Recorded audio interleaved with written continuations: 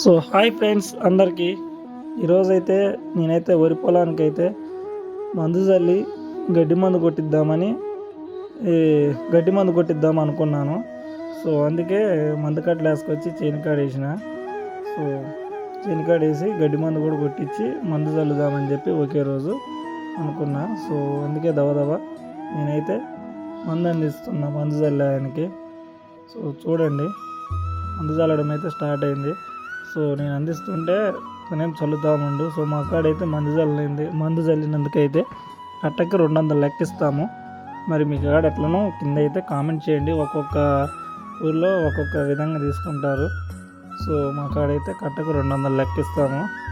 So అలాగే గడ్డి మందు కూడా కొట్టించాను. గడ్డి మందు కొట్టినందుకైతే ఎకరానికి 250 లెక్క తీసుకుంటారు.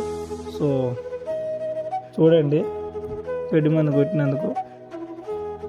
సో ఇప్పుడు గడ్డి మందు కొట్టుకోవడం వల్ల ఏంటంటే ఆల్రెడీ